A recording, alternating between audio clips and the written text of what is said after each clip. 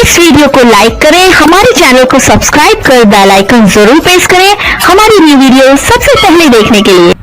गोर लगै छी अहाँ सबका। आइ हम अहाँ सबके समक्ष एकटा बेटी विवाह के गीत प्रस्तुत कर रहल छी। उम्मीद करैत छी कि गीत अहाँ सबके नीक लागत, तो सुनियो अहाँ सब ई गीत।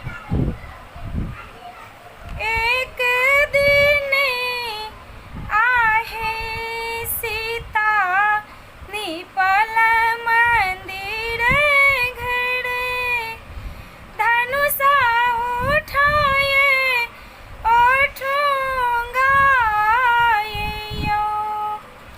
एक दिन आहे सीता निपल मंदिर घर, धनुषा उठाए ओठूंगा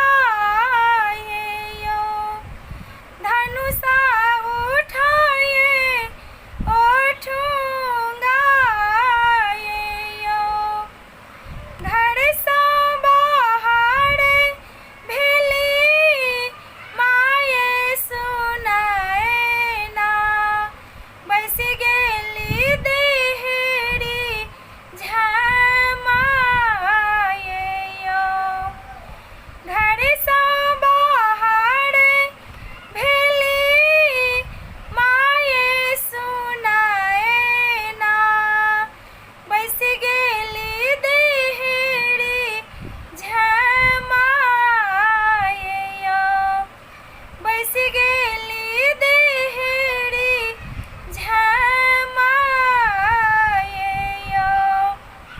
पूजन आएला राजा जनक जी, पूजन आएला राजा